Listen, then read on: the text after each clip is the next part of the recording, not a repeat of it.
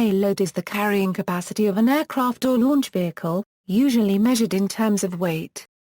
Depending on the nature of the flight or mission, the payload of a vehicle may include cargo, passengers, flight crew, munitions, scientific instruments or experiments, or other equipment.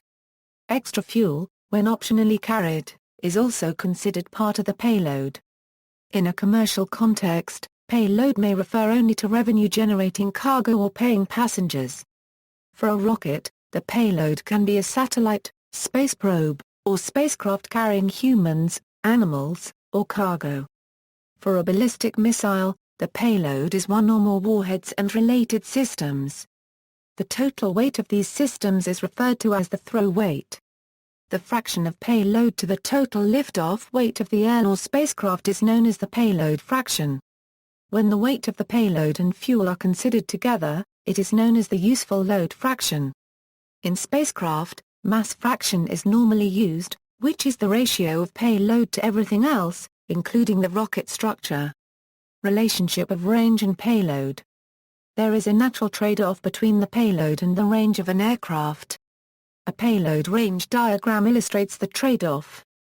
The top horizontal line represents the maximum payload. It is limited structurally by maximum zero fuel weight of the aircraft. Maximum payload is the difference between maximum zero fuel weight and operational empty weight. Moving left to right along the line shows the constant maximum payload as the range increases. More fuel needs to be added for more range. The vertical line represents the range at which the combined weight of the aircraft, maximum payload and needed fuel reaches the maximum takeoff weight of the aircraft. If the range is increased beyond that point, payload has to be sacrificed for fuel. The maximum takeoff weight is limited by a combination of the maximum net power of the engines and the lift-drag ratio of the wings. The diagonal line after the range at maximum payload point shows how reducing the payload allows increasing the fuel when taking off with the maximum takeoff weight. The second kink in the curve represents the point at which the maximum fuel capacity is reached. Flying further than that point means that the payload has to be reduced further, for an even lesser increase in range. The absolute range is thus the range at which an aircraft can fly with maximum possible fuel without carrying any payload.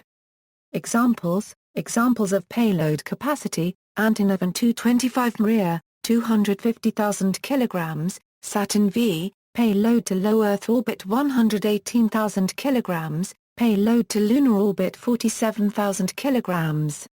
Space Shuttle, payload to low Earth orbit 24,400 kilograms, payload to geostationary transfer orbit 3,810 kilograms.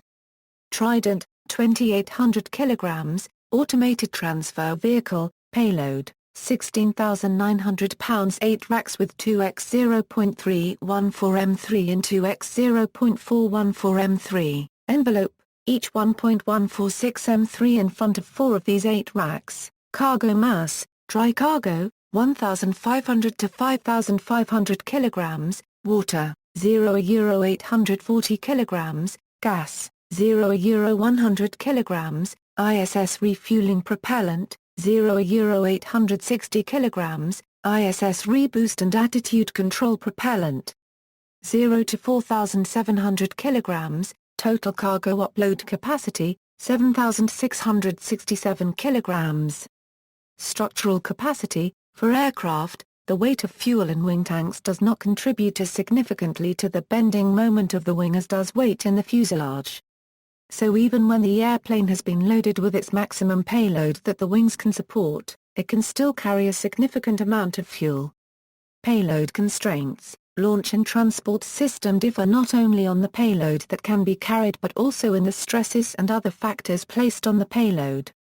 The payload must not only be lifted to its target, it must also arrive safely, whether elsewhere on the surface of the Earth or a specific orbit.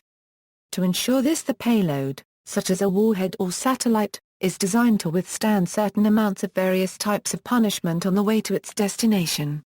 Most rocket payloads are fitted within a payload fairing to protect them against dynamic pressure of high-velocity travel through the atmosphere, and to improve the overall aerodynamics of the launch vehicle.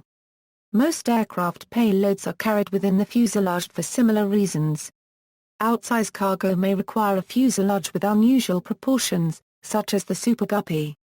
The various constraints placed on the launch system can be roughly categorized into those that cause physical damage to the payload and those that can damage its electronic or chemical makeup.